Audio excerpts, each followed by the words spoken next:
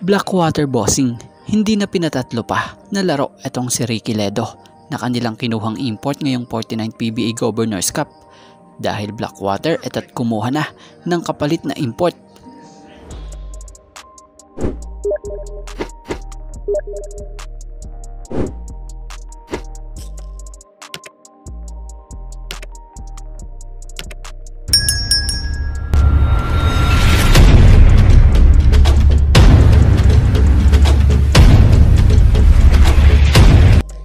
Cameron Clark ang bagong import ngayon ng Blackwater Bossing matapos tanggalin itong si Ricky Ledo na isang former NBA player dahil sa hindi magandang performance niyang ginawa sa dalawang magkasunod nilang laro na kung saan itong si Ricky Ledo ay sa loob nga po ng dalawang game sa Blackwater Bossing nagtotal lamang ito ng 18 points. So mahina ito para sa isang import.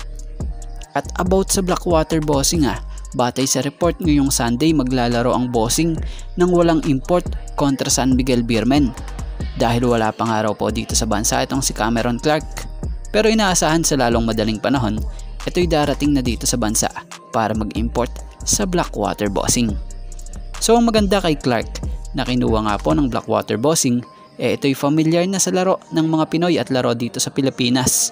Lalo na dito sa PBA dahil nag-import na nga rin po kasi ito noon para sa team ng NLEX at SMB na kung sa SMB nga nag-average ito sa kanyang 15 games ng 28.7 points per game, 11.3 rebounds per game, and 3.2 assists per game.